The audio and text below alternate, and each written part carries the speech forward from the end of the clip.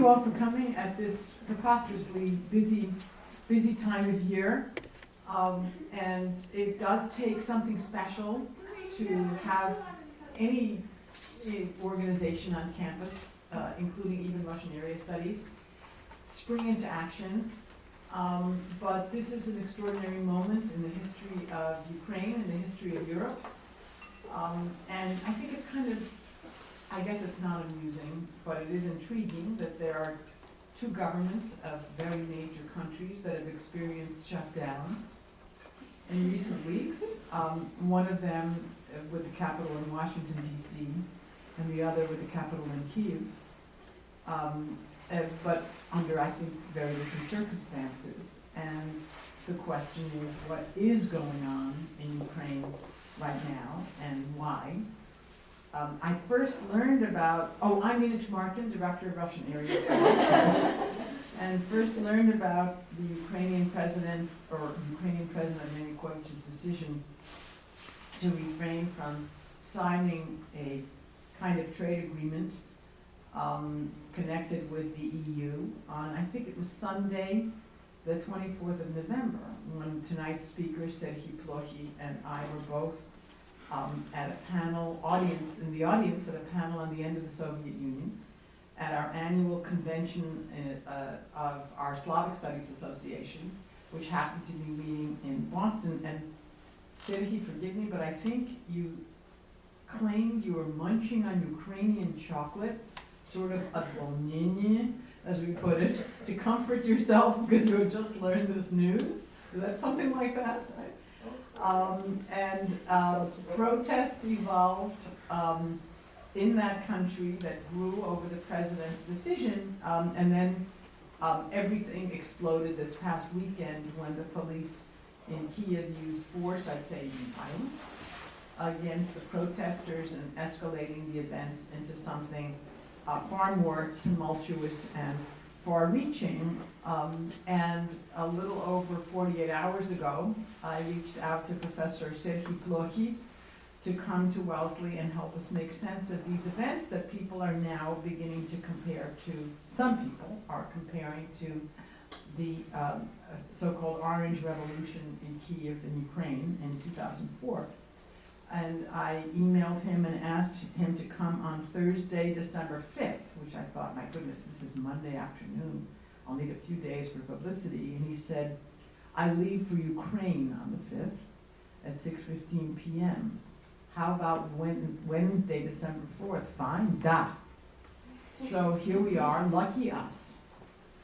It's an honor and a privilege to welcome Professor Serhii Plokhii to Wellesley. He is Mykhailo S. Hrushevs'kyi Professor of Ukrainian History at Harvard, and he's director of Harvard's Ukrainian Research Institute. I told him myself that I was surprised that a man who, as far as I'm concerned, is such a youngster, would still have gotten all of his degrees in the Soviet Union. He graduated from Dnipropetrovsk National University and got a degree, his kandidatskaya, from Patrice Lumumba University in Moscow, and then his doctorate from Kyiv in 1990. He then went on to teach in Canada and came to Harvard.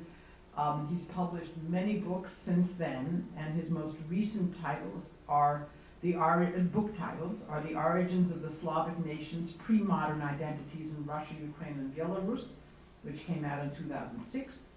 Ukraine and Russia, Representations of the Past, that came out in 2008. Yalta, The Price of Peace, came out in 2010 and 2011. I heard him give a talk on Yalta, actually. And The Cossack Myth, History and Nationhood in the Age of Empires, that came out just in 2012. So he's obviously the man in the field, and we are the woman in the area. So I'm very happy to help me pleased to warmly welcome Professor Serhii Plokhii of Harvard University. Thank you.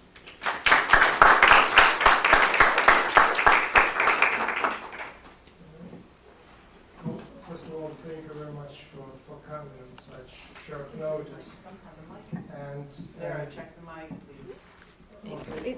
And I would like to start with thanking Professor Nina Tamarkin and to say that for me it's a special privilege to be invited by her, given the importance that she and her works played in my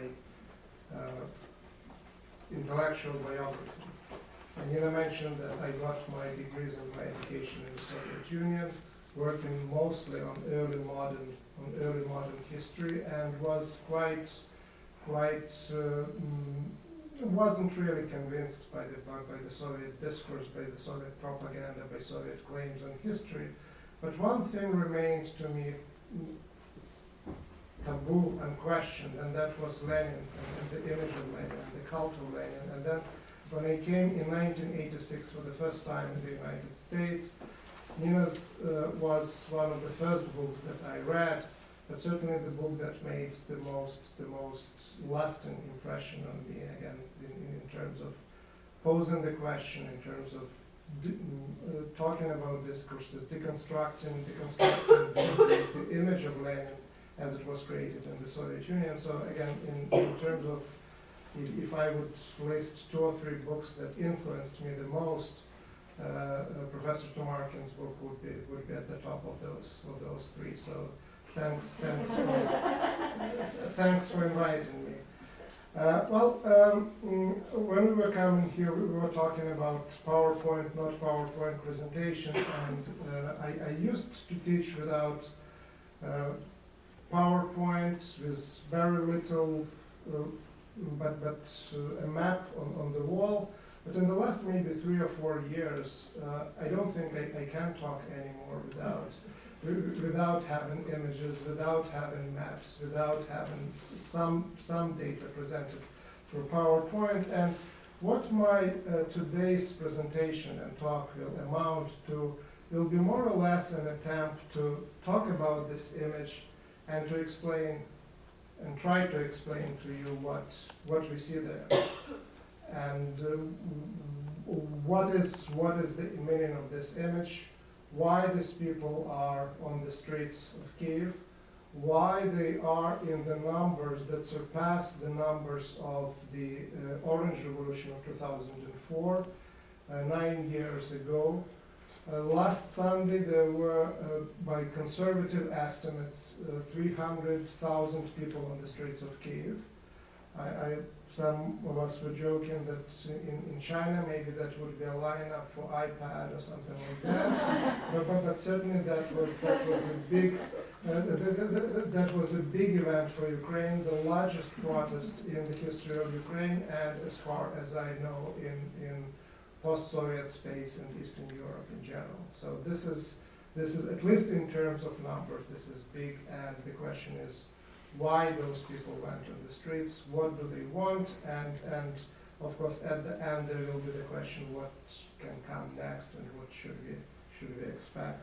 So the way how I will try to deal with this question that I posed, I will talk about the experience about Ukraine in general, some general background, but also of experience of Ukraine and events in the neighborhood in the last 10 years, so from Orange Revolution up to the events of the last weekend, Friday, when the government there was this attempt of real brutal dispersal of the students and protesters on Kyiv's main square, which is called Maidan Nezalezhnosti, the Independence Square.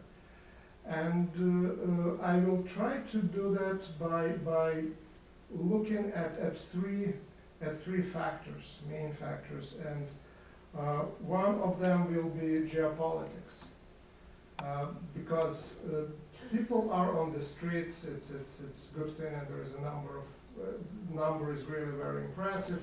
But the fact that it's Brussels and major European countries are involved in that, the fact that President Putin of Russia is making all sorts of statements, the fact that the events are covered on the front page of the New York Times means that this story has not only local meaning and significance, but also a broader one and international one. I will talk also about Ukrainian politics, and this is the former Prime Minister of Ukraine, Yulia Tymoshenko, who is now imprisoned and certainly even in prison remains to be a major presence in Ukrainian politics and in European politics as well. And last but not least, I'll talk about economy and again the factor that economy plays in all of that. Gas supplies from Russia, energy agreements that exist between Russia and Ukraine, and the role of EU in that, because geopolitics, internal politics in Ukraine, and economy, they all are major factors that contribute to the protests in the last few days in Kyiv. So let me start with geopolitics. What you see here is a not very typical or usual representation of what Eastern Europe is. Eastern Europe as a term was formed during the interwar period. It acquired really prominence during the Cold War era. And when people during the Cold War years were talking about Eastern Europe, what they had in mind were Poland and Czechoslovakia and Hungary. And that, along with Germany, divided Germany, was really the center of tensions during the Cold War. So that's why once in 1989 these democratic revolutions took place in the countries of Eastern Europe, many declared the Cold War over. One of the major conflicts at the center of the Cold War was resolved. In 2004, year of the Orange Revolution, most of those countries became members of EU, members of European Union, and many of them also members of NATO. So Eastern Europe as a geopolitical reality, as it existed during the Cold War years, ceased to exist. But the term continues to exist today, and Eastern Europe moved in a certain way toward these new areas, the former Soviet republics, Western Soviet republics. Sometimes Baltics are included in that, sometimes not. But Ukraine is certainly the biggest country. Ukrainians themselves try to compare or like to compare Ukraine to France in terms of the size. Today I was on NPR talk show on Point discussing events in Ukraine, and Tom Ashbrook compared Ukraine in size with Texas. So we all have kind of different ways to think about the size. So it's either France or Texas, and the population is of 45 million. So compare, for example, to Belarus with approximately 10 million, or Moldova, and Baltic states with million plus, or around 1 million population. This is a huge country, and this country, along with Moldova certainly, and to a degree with Belarus, found themselves in the last 10 years in a so-called no man's land in geopolitical terms. The expansion of European Union and the expansion of NATO to the west created one kind of a border on the western boundary of Ukraine. So it's the EU border with the visa regime that certainly wasn't there before, wasn't in the 1990s, making it extremely difficult now, for example, for citizens of Ukraine, and also Belarus, for example, go to Poland or to go to Romania. So the expansion of European Union, something that brought goods and something positive to the countries to the west, created this, not exactly an iron curtain, but an iron shower maybe, between Ukraine and Europe. On the other hand, what we see in the last 10 years is certainly resurgent Russia. Russia that tries to exercise its influence and its control on the post-Soviet space. And the best example of that would be, of course, the Russian-Georgian war. So Russians are now prepared not to make some diplomatic démarches and participate in the conferences, but if needed, send their troops beyond the borders of the Russian Federation and get engaged militarily in what in Russia is known as near abroad. And Ukraine and Moldova found themselves in between these two economic blocks, political blocks, but also military blocks. Because what Russia is doing in the last 6-7 years, they're creating foundations for the economic union of their own, and that foundation is called the customs union. The members of the customs union are countries of Belarus and Kazakhstan, and participation of Ukraine in the customs union is considered by Mr. Putin and people in Kremlin as essential for the success of this economic bloc and also the political bloc and military bloc that can be built on that economic foundation. During the events of 2004, Russia was very actively involved in the events in Ukraine, supporting the current president of Ukraine, Mr. Viktor Yanukovych, and Russia lost back then. But again, today Russia is back in the game and with very active agenda. And this agenda is stopping Ukraine from going westward, economically, politically, and otherwise. And because of that, we see certainly the involvement, both Brussels, the European politicians, and also Russian politicians in the crisis in Ukraine. That was happening in 2004, that is happening today. What exactly brought those people on the streets of Kyiv? For the last maybe year or year and a half, Ukraine was moving toward signing an association agreement and trade agreement with European Union. The government was basically, the government that is ineffective and is corrupt as well, was justifying many things that it was doing through this promise of giving people a European dream. That we'll sign this agreement with European Union, we started already reforms, and we'll continue with those reforms. And joining Europe, this kind of idealized vision of Europe, became a form of a civic religion for a significant part of the population of Ukraine, which are fed up with corrupt government, which are fed up with the economy that is very much depends on Russian gas and Russian supplies, with the lack of economic freedom. And the vision is that not necessarily joining European Union, but at least making one step in that direction and starting reform that would bring what they call European values to Ukraine. And European values would mean democracy and would mean fair play and in the economics, limiting the power of the super rich oligarchs in Ukraine. So there is this vision and there is this dream. And for a certain period of time, the government and people who oppose the government were together in a sense that they were moving in, there was a consensus to a degree. And then 2 weeks before really signing the agreement, the situation changed. And the situation changed as a result of Ukrainian presidents going to Moscow and sitting together with Mr. Putin. We don't know exactly what happened there.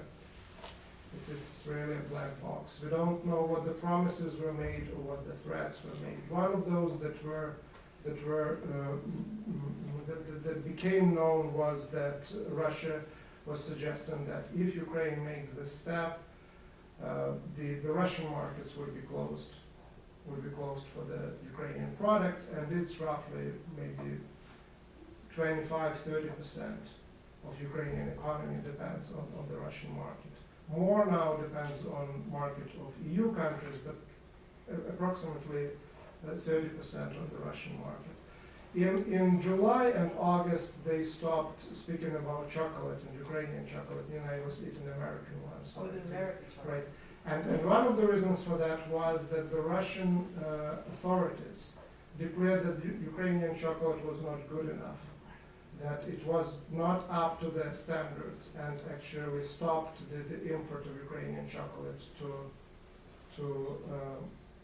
Russia, hurting in that way economically one of the major political and economic figures in Ukraine, whose name is Poroshenko, who also funds the Channel 5 on Ukrainian TV, that during the events of the Orange Revolution and now during the recent events was doing the coverage of all those events. So there was a signal sent in terms of the economic pressure, and that we can start with the chocolate, but we'll go on from there. That's what is known. That's what was in the news. That's what was in the newspapers. So geopolitics is certainly a very important part of what is going there. People on the streets of Kyiv, there is a number of flags, and blue and yellow, this is Ukrainian national flag, but there are also blue flags of the European Union. So idea of joining Europe, protest against this really drastic turn in foreign policy, this is an important part of the message that these people are trying to send, an important reason why they are on those streets.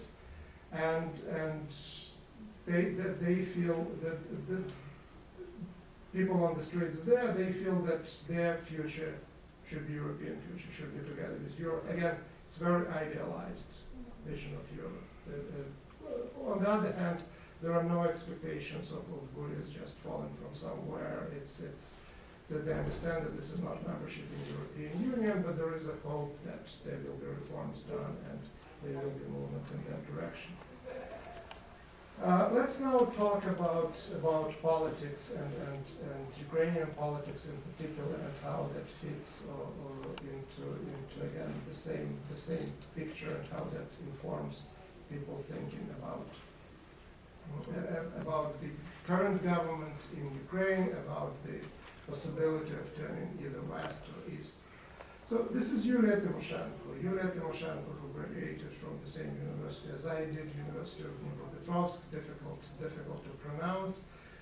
She graduated 2 years after I did that in 1982, and became one of the leaders of the Orange Revolution.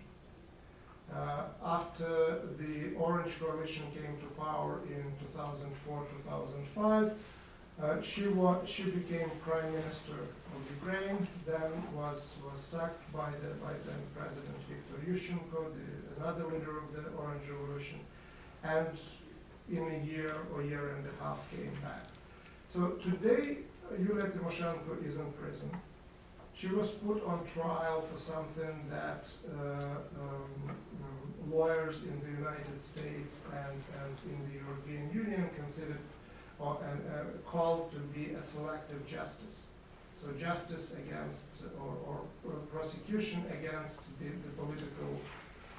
political enemies of the regime. When she was Prime Minister, she signed with Mr. Putin, at that time Prime Minister of Russia. He was President and Prime Minister, and now he's President again. A very unfortunate deal for Ukraine in terms of supplies of gas to Ukraine. According to that deal, Ukrainians are paying today the highest price for gas out of all European nations. So there are the mark is around $500 for 1,000 cubic meters of gas. This is much higher than Germany. Then there is a discount of $100 because of the lease of the Sevastopol, the Navy base, on Russian Navy base on the Ukrainian territory, but still the price is enormous. And this is one of the reasons why Ukraine today economically is in a very difficult situation. But this is, however cynical that can sound, this is not the reason why Mrs. Tymoshenko is now in prison. The main reason for that is that she is a threat to the current government in Ukraine, to Mr. Yanukovych. She is a very charismatic person, a leader who was able to put together a very impressive coalition. And in late 2009 and early 2010, she was competitor with Mr. Yanukovych for the presidency and lost. And lost in Ukrainian politics, that wasn't the case certainly before, but it started to be in 2010, meant also going maybe not directly to prison, but the political opponent was put on trial. Charges were brought. First, the charges had nothing to do with the contract that was signed, had with some abuse of power and so on and so forth. Those charges fell apart. The new charges were brought, and eventually they put her in prison for, she is there now for 2 years, and there is, it seems to be 5 or 6 years more to go. And when European Union started negotiations with Mr. Yanukovych regarding the association agreement, one of the conditions was reform of judiciary system, and also release in one way or another Yulia Tymoshenko. Most of the officials in Brussels, the leaders of the European states believe, and they think they're absolutely right, that what is happening here is basically Ukraine is in a situation where they have political prisoners, so that the people who are considered to be a threat to the government end up in prison.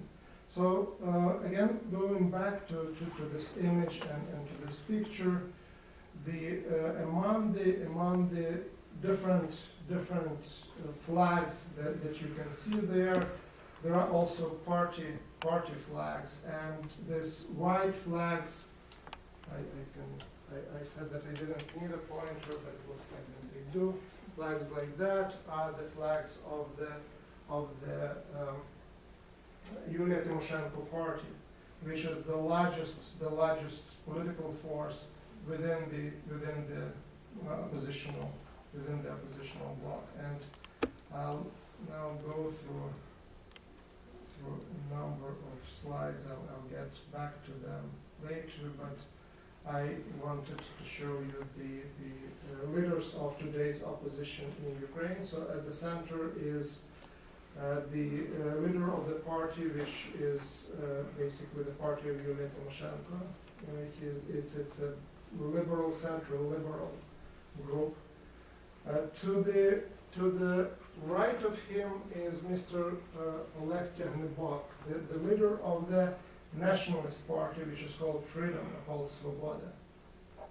And to the left is, I guess maybe you don't follow exactly the heavyweight boxer matches and things like that, but this is Vitaly Klitschko, probably the best known Ukrainian today, outside of Ukraine, certainly in Europe and in the United States, who after winning one after another a number of these world championships in heavyweight, now decided that he was strong enough to join Ukrainian politics.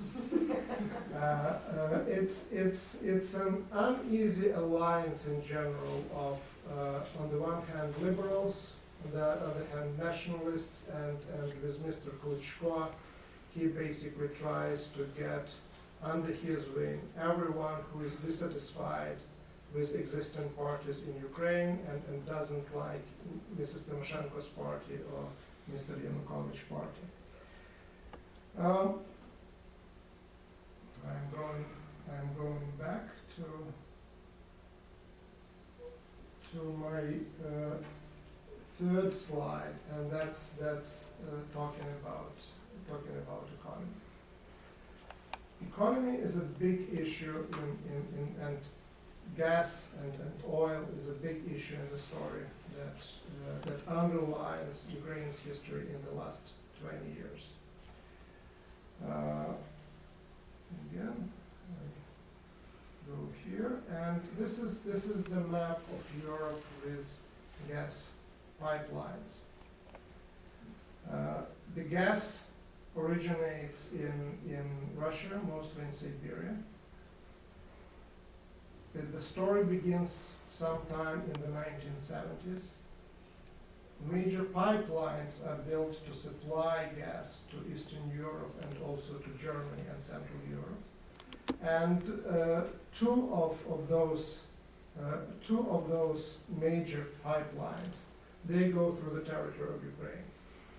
So after the fall of the Soviet Union, Russia, which is the main producer of gas, found itself in the situation where they can't deliver the gas to the markets. That is, they can't deliver 60% of that gas without sending this gas through Ukraine. So Ukraine found itself in the situation when they could control the supply of Russian gas to the markets and acquired a lot of power and leverage. In the 1990s, what we see is a creation of oligarchical groups both on the Russian side and on the Ukrainian side, who are using this to enrich themselves and their cronies.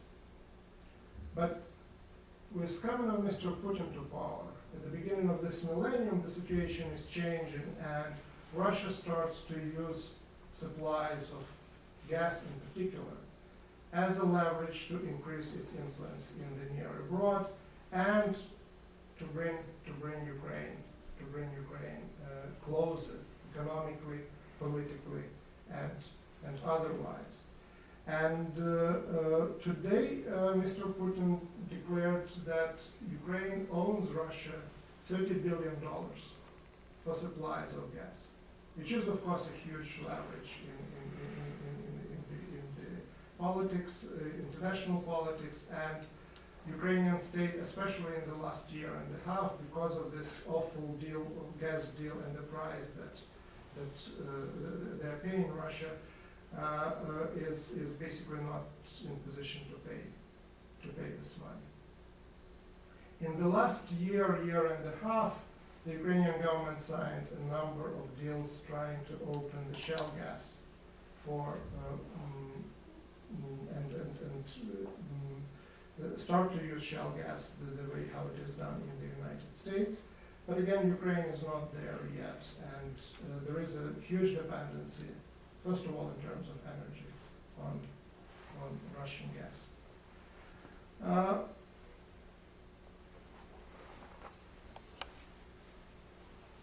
Let's get back now to politics, and I will ask you to take a look at the map below, and this map shows the results of the elections during the time of the Orange Revolution, so it's 2004 and 2005. Between the leader of the Orange Revolution, President Yushchenko, and loser in the elections of 2004 and winner in the elections of 2010, Mr. Yanukovych. Ukraine is politically very divided country. So that's where the industrial south and east of the country, that's where the power base of the current government is. Western parts of Ukraine that were part of Austria-Hungary, were part of Poland, and so on and so forth, they are voting mostly pro-European and support democratic parties associated with Orange Revolution. And most of the people whom you see on the streets, they come either from, first of all, they come from Kyiv. Most of them are from Kyiv. But quite a few of them came also from Western Ukraine. With the demonstrations like that, 300,000 people on the streets, What does the president of Ukraine do? Today he is not there, not trying to deal with the crisis. He is in China, visiting museums, attending business forums, and so on and so forth. Well, China is a growing power. China is also interested in Eastern Europe, partly in Ukraine. This is not a bad move in general, but not at the time of crisis. So the question is how, as a politician, he can afford to do things like that. Well, one of the reasons is that you could put 1 million people here on the streets of Kyiv, and that would not make much of a difference for Mr. Yanukovych, who never had the loyalty of people in the capital. His support comes from the south and from the east, and that basically explains his actions, and that explains also the situation in which Ukraine found itself after last Sunday. So last Sunday, that's where 300,000 people were on the streets.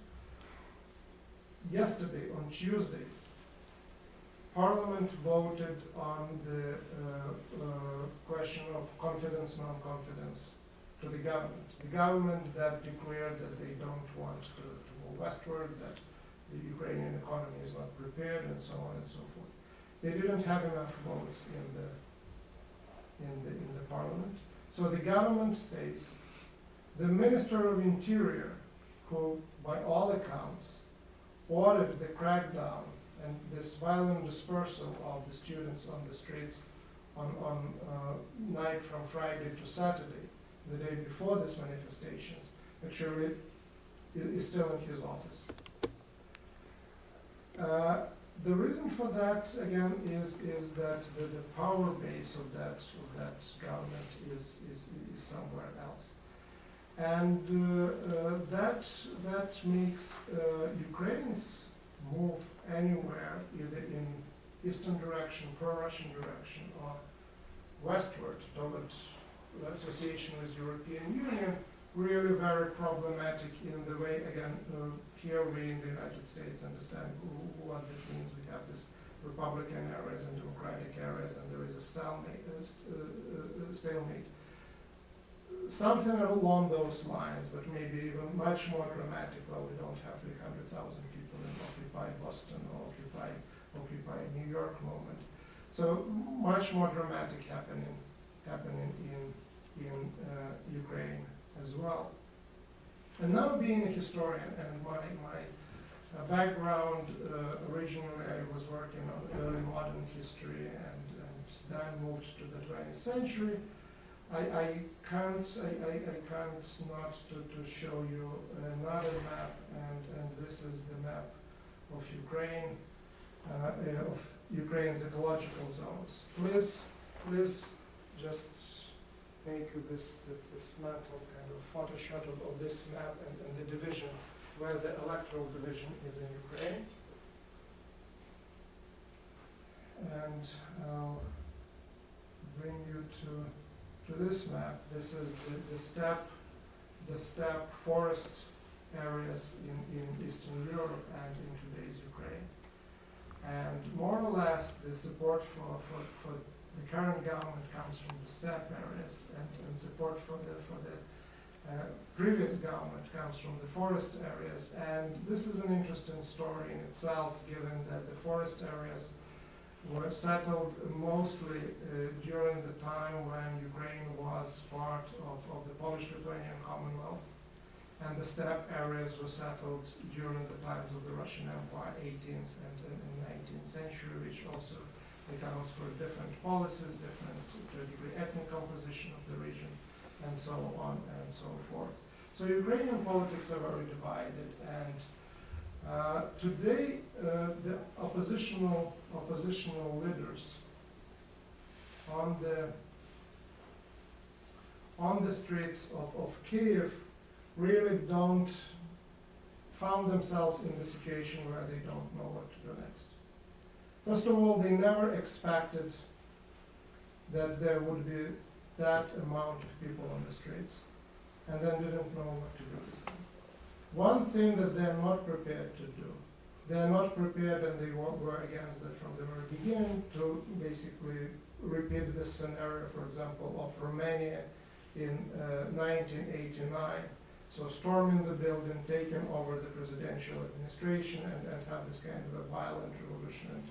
And they were stressing in 2004, and they're stressing today, that this is something that should be absolutely peaceful. On the other hand, they don't have really the way to influence the parliament, where they don't have enough votes. And as the president, former president of Poland, who was a negotiator from the European Union with Ukraine, Mr. Hrushevs'kyi, said, within the next probably 24 hours, the situation will be decided in Ukraine, whether there will be more people on the streets, and the government eventually decides to compromise at least on something, or the government reasserts its actual authority and power. One thing that is hopeful in terms of situation in Ukraine is that the protest took place not after call to the people to come on the streets by politicians. That was something that was organized mostly by young people through social media. And at the very beginning of those events, there were two groups on two neighboring squares in Kyiv. The one was, it was called Euromaidan, the Euro Square protest, which was without politicians, and another was with politicians. So a lot of what is happening is basically happening outside because both sides are distrusted at this point, both the authorities and the oppositional leaders. So there is kind of this new wave is growing. And people who are on the streets of Kyiv, mostly this is new middle class. This is young people. Students are on the streets of Kyiv together with the professors and the presidents of the leading universities. At least that was the case. That was the case on Sunday. And there is a hope that out of that, not immediately, not today, not tomorrow, not the next month, but there is a new kind of a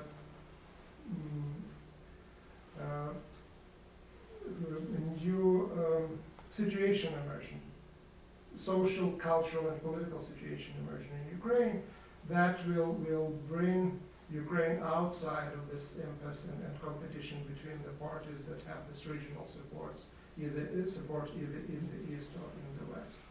Another very positive thing is that despite the fact that liberals are here portrayed in this uneasy alliance with nationalists, so far the message of Maidan, the message of this protest, is not only peaceful but also very positive in the sense that you don't have anti-Russian slogans or calls to action or something like that. What people are talking about, they're talking about European values. They want to change their country, not necessarily joining the European Union, but bringing European values to their countries, to their country, and this is another hope. Well, Ukraine is in a difficult situation and difficult position. There will be no easy solution one way or another. But this is the country and the nation, and especially the youth of the nation, that needs a lot, in my opinion, attention and support, just because of the character, of their wish, of their desire, what they want and how they formulate that. But also because if Ukraine goes, let's say, one way or another, what you can see in Europe in general is a replay of the events of the Cold War era. You can see another Iron Curtain, you can see another division. So it is really very important not to have this Iron Curtain to be re-established in Europe again. And last but not least, whatever will happen in Ukraine will affect Europe in general, because this is where Eastern Europe meets Central and Western Europe. That's the future of a Europe in its geographical boundaries, not in the political boundaries of the European Union, that's where the future will be formed.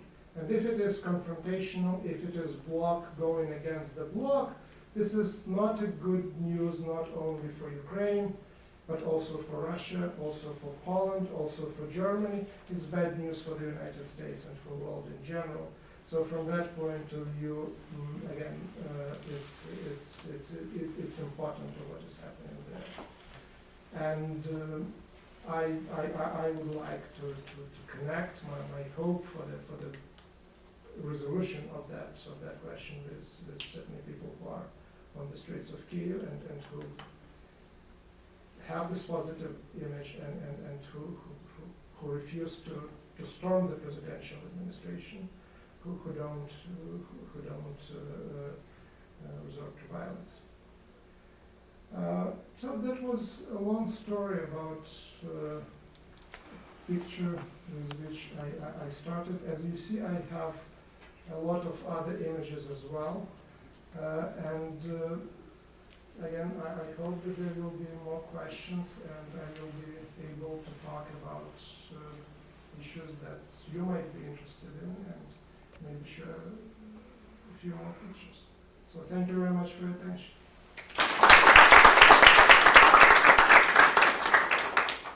Thank you, Serhii, for organizing all of this difficult material. And I think I'd like to ask the first question, which is kind of a no-brainer, and it's a very kind of American question. So Secretary of State Kerry was scheduled already from long ago to go to Kyiv, and he decided to not go and go to Moldova instead. And I wonder what you think of this. Well, in Moldova they have really good wine. that's I know from my own experience. But the stuffed cabbage in Kyiv. So maybe he doesn't know about stuffed cabbage. Well, the story is that it was not only Ukraine but also Moldova that were supposed to sign in Vilnius at the EU summit the association agreement. And Moldova, which is further away from Russia, there is Ukraine between Russia and Moldova. Maybe they're also kind of a smaller fish, so the Russian pressure was not as pronounced. They signed that agreement. And so visit of Secretary Kerry, this is basically a award for the right move on the part of Moldova. Well, it's Russia scored big in Vilnius in the sense that not only Ukraine didn't sign, but Armenia, that was actually on the fast track of signing the same agreement months or 2 months ago, suddenly after their leader visited Moscow, declared to the EU leadership that they were not signing as well. So it was a major disappointment for EU Eastern Neighborhood Program, the program that has as its goal engage economically, politically, culturally the areas of the former Soviet Union, and it's two countries that were pushing for that agenda and more active role in Eastern Europe.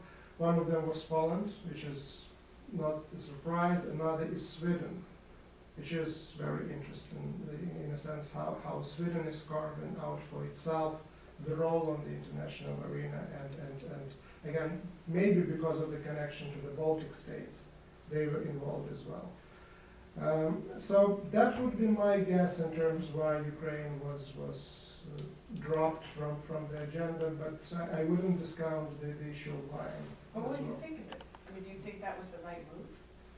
Or do you think this is maybe a good time to have the Secretary of State be in conversations with some party? Well, what was scheduled for tomorrow and the day after tomorrow in Kyiv was the ministerial meeting of the members of the Organization of Security and Cooperation in Europe.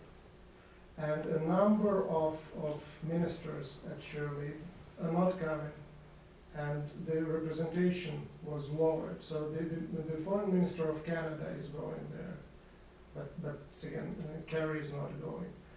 Their basically position is this is their attempt to show its dissatisfaction with the behavior of the Ukrainian government.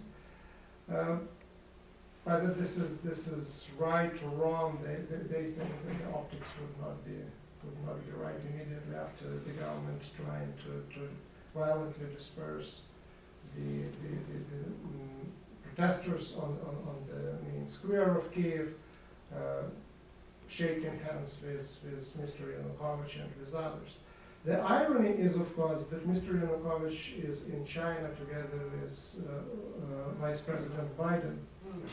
And maybe they're going to the same museums, I don't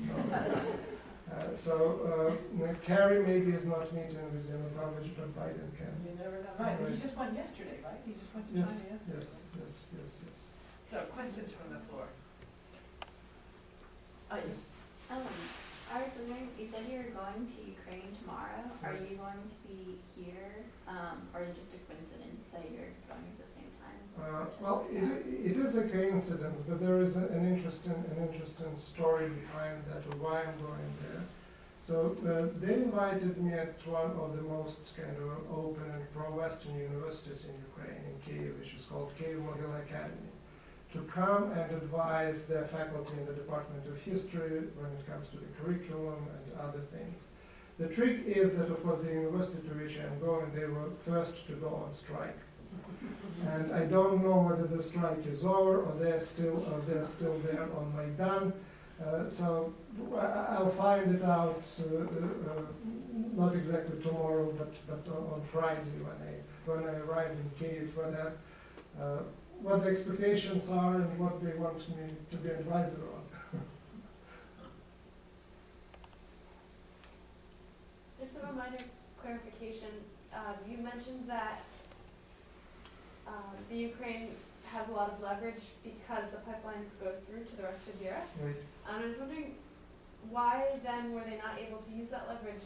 Why then were they left with such high gas prices in the last negotiation?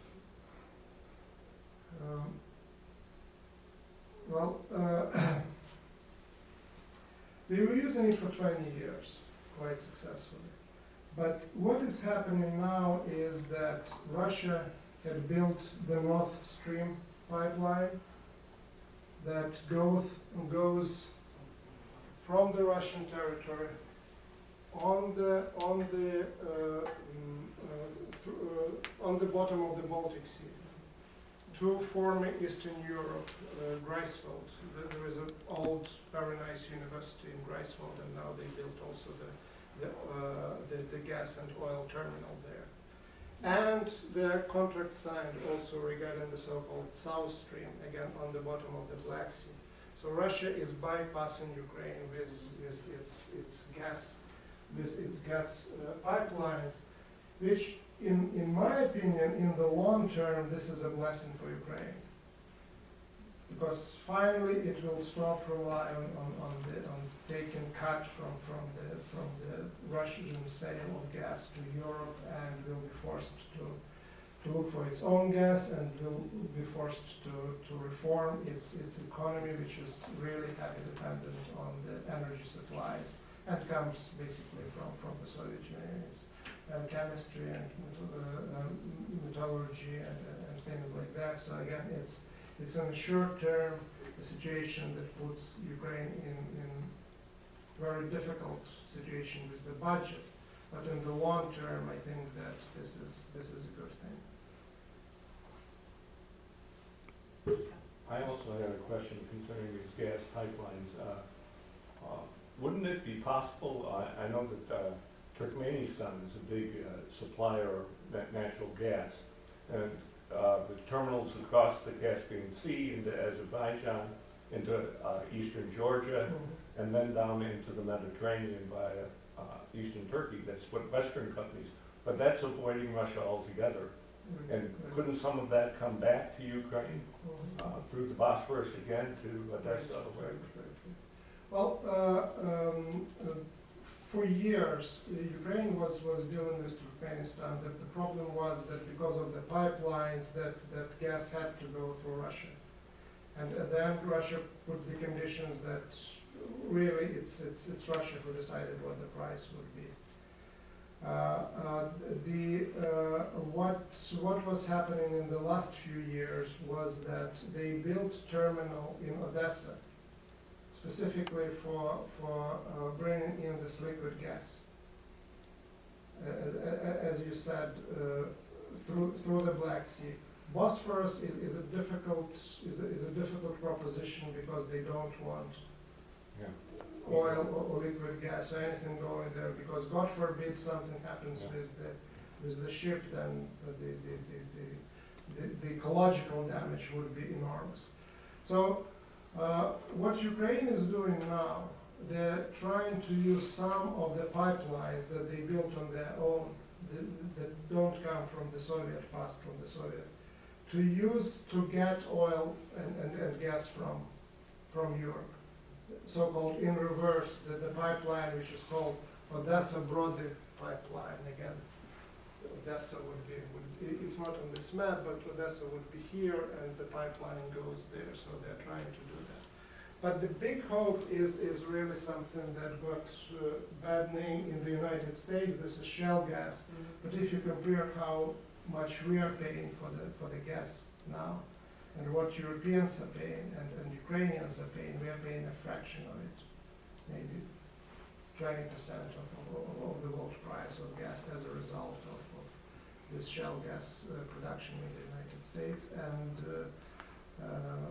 what you see now in Ukraine, for example, it's the Russian oil and gas companies that fund the organizations Greens in Ukraine who protest against shale gas exploration and production in Ukraine. So it's an oil and gas industry, or old gas industry that is funding protesters. Again, this has nothing to do with whether shale gas and its exploration is good or bad. This is just the politics how they played out, in particular in Ukraine. One more other question, if I could, totally unrelated. Is there any discussion now of Ukraine becoming part of NATO? And not just, on the far right or something, or nationalist leader, or I don't know. Well, the discussion was there certainly in truth. Let me go back. This is the map of NATO countries in Europe. Again, as you see, NATO is exactly on the borders of Ukraine. So this is one more illustration of this growing divisions now in Europe between East and West, and Ukraine finding itself in between. And this is the 2008 Ukraine-NATO summit. So the Europeans were quite skeptical regarding letting Ukraine into NATO because of the reaction from Russia. But the United States was really pushing for Ukraine's membership.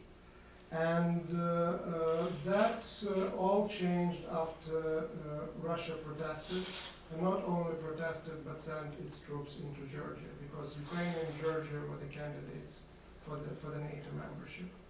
And that was a signal that basically was treated very seriously in Brussels, and that stopped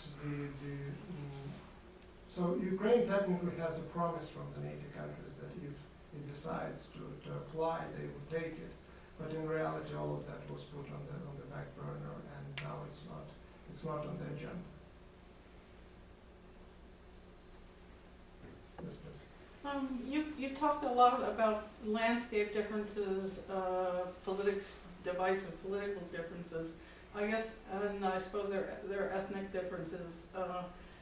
I was wondering what you thought in general holds Ukraine together. What is the sense, what is the national sense of Ukraine, and do you think that is subject to being torn apart? Well,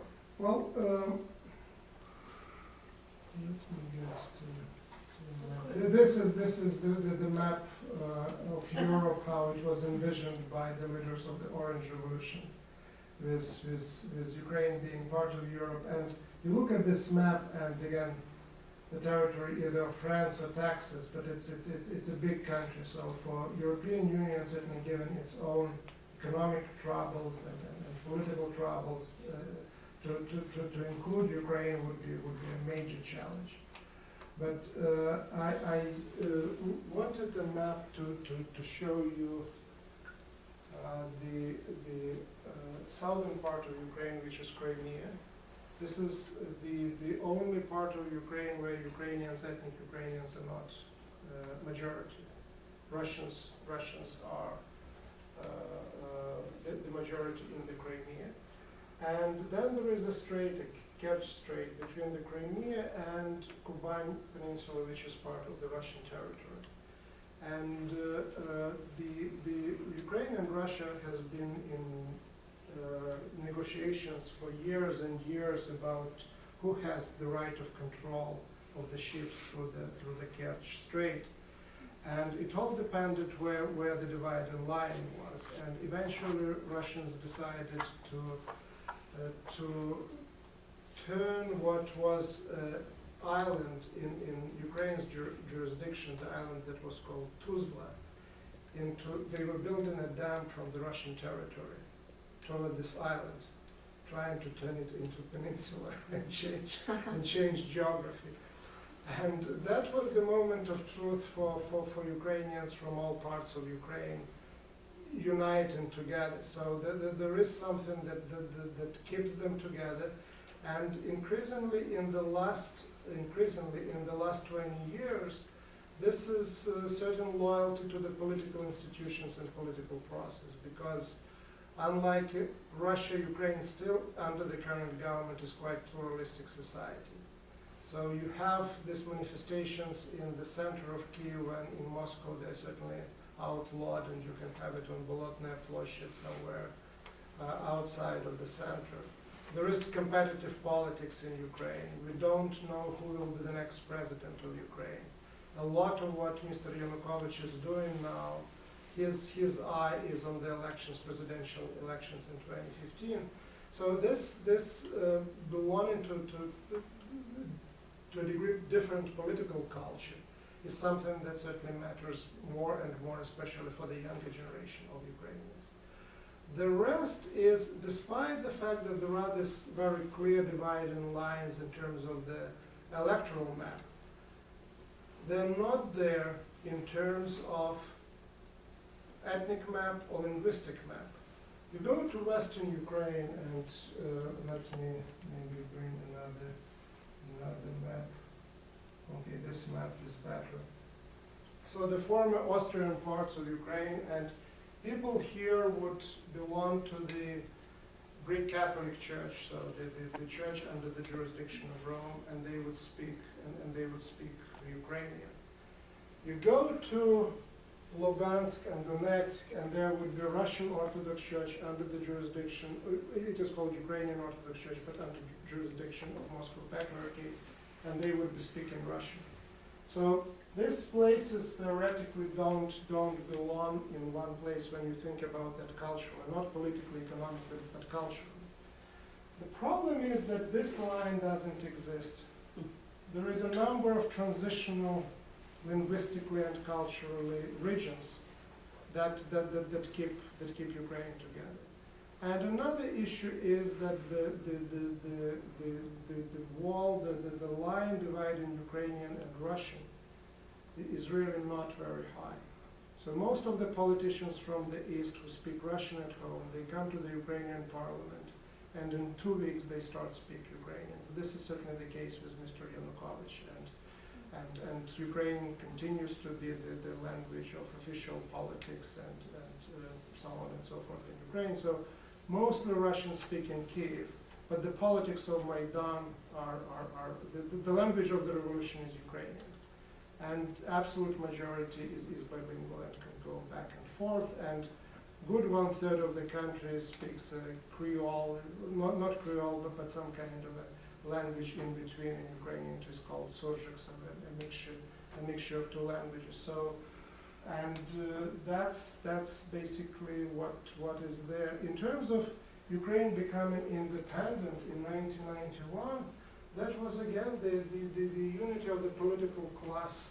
At that time, those were mostly members of the party elite that felt this different, belonging to a different region, to different political culture, and thinking that they would do better on their own than under control of Moscow. Ukrainian independence is a result of coming together of two trends. The first one was a democratic grassroots movement, like the one in the Baltic states, but it wasn't strong enough. So they made a deal with the part of the party elite about which I was talking, and that is also Communist Party, yes. right. And this is also one of these tensions that exist still today in Ukrainian politics. This uneasy deal. If in Czech Republic, if in Poland, if in Baltic states, the popular France and these democratic movements came to power on their own, in Ukraine they had to make a deal with the people in power, which slowed down the reforms, that created all sorts of problems. But that also assured that Ukraine would not be Russia or Kazakhstan. That is actually contributing to the pluralism in politics. Regional divisions, cultural divisions, but also political divisions. They're still there, and again, it makes Ukraine a unique place on the post-Soviet space if you don't take into consideration Baltics. This is still today the most pluralistic and the most democratic place in the former Soviet Union, with all the problems that I talked about. Yeah, so you said that now we're going to see, will the government reassert its authority? Well, how could it do that without resorting to force or violence? I mean, I know you're not a political scientist, so you don't have that kind of... Well, at this point, President went on TV before going to China and said that, well, I understand why you're unhappy. I was myself pushing for your integration for a long period of time, but we now did our math, we put these things together. We are not ready at this stage. We should take into account the interests of Russia as well. We just can't ignore the existence of a major trading partner and so on and so forth. So we are not stopping the process of Euro integration. We need more time to prepare for it. So that's the message. And then the message to the political forces, he said that, well, the presidential elections are coming, and the people will decide who will be in power. So they also backed off from they now firing the person in charge of the Kiev police, making him a scapegoat for it. Well, they're saying that they opened an investigation, that he is suspended, and so on and so forth. So they said that they're not using violence anymore, that was a mistake, at least that's what they're saying. And they have still the majority in the parliament, so basically what he needs to keep doing nothing with the hope that the events of like it was last Sunday, that they wouldn't repeat themselves, that he doesn't make another mistake. So status quo, that's what they're counting on. And after all, this is December. It's how long people can be on the streets. A couple of thousand people are there, kind of camped in downtown Kiev. People can come and support them on Sunday and Saturday, but again, the government can wait. Wait it out. Yeah, wait it out, exactly. Well, this was great. Yeah.